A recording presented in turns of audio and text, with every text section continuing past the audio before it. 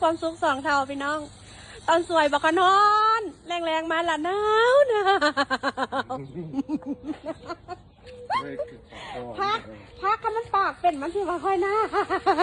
วประมาณนี้แหละบ้านสวนอเมริกาสวนสามเด้งปลูกต้นไม้มีโฮมเงามีมากให้กินทั้งรวมกับปลูกพักไว้กินสามเด้ง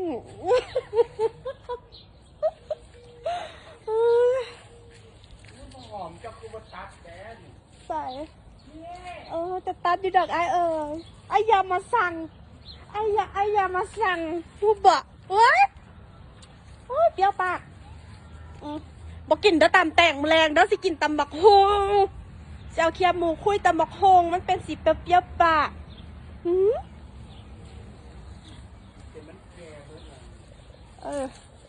ไปกับตาดอกพุ่นสีดึงไปจุ่มใส่พุ่นหลายๆก่อนจุ่มนั้นปงละไปตัดอย่ามาสั่งไอ้อย่ามาสั่งพุ่นน่ะเบิ่งพี่น้องเฮ้ยบางพอเขาบานผักกาดหินน่ะเอาเทเอาว่าเป็นตาเอาไปวานใส่ปลา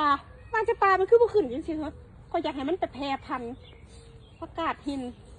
ลาวเอามาแพร่พันธุ์แน่ไม่กันหลายเคยไปวานแล้วเด้ปลาน้ำปลาน้ำหนองปลาแต่บางคนนี่คือคนดีทั้งนั้นอยู่สิละ2 เท่าผู้บ่ฮู้เรื่องว่าเขามีอิสรภาพทุกอย่างเขาสิเว้าอย่างกระไดเขาสิเห็นอย่างกระไดเขาก็จอบหาเรื่องแต่ว่าเขาเว้าแห้งแล้วว่าเขาพิดกันเกี่ยมสมน้ำหน้าเกี่ยมเยียบโอ้ยคนเอาตัวเองให้รอดนะจ๊ะโอ้ให้ได้เป็นนายตัวเองนะโอ้ยบางคนก็ยังเป็นกาฝากเป็นขี่ข่ายเวียกงกนัก2 จอบพุ่นก็มีบางคนก็หาเซาหม่นอยู่น้ำคน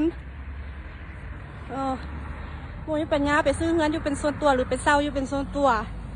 ยังบ่มีความสู้กันแท้จริงแต่ว่าปากดีเด้โอ้ยผู้เบิดเรื่องคนอื่นนะ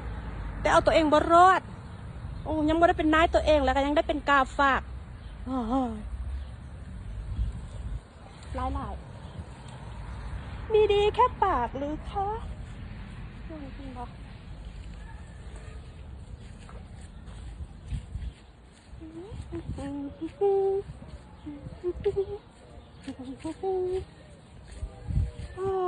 มาดมหอมป้อมมาดมดอกหอมป้อมนี่มีแห้งจังสิละ2 เท่าสบาย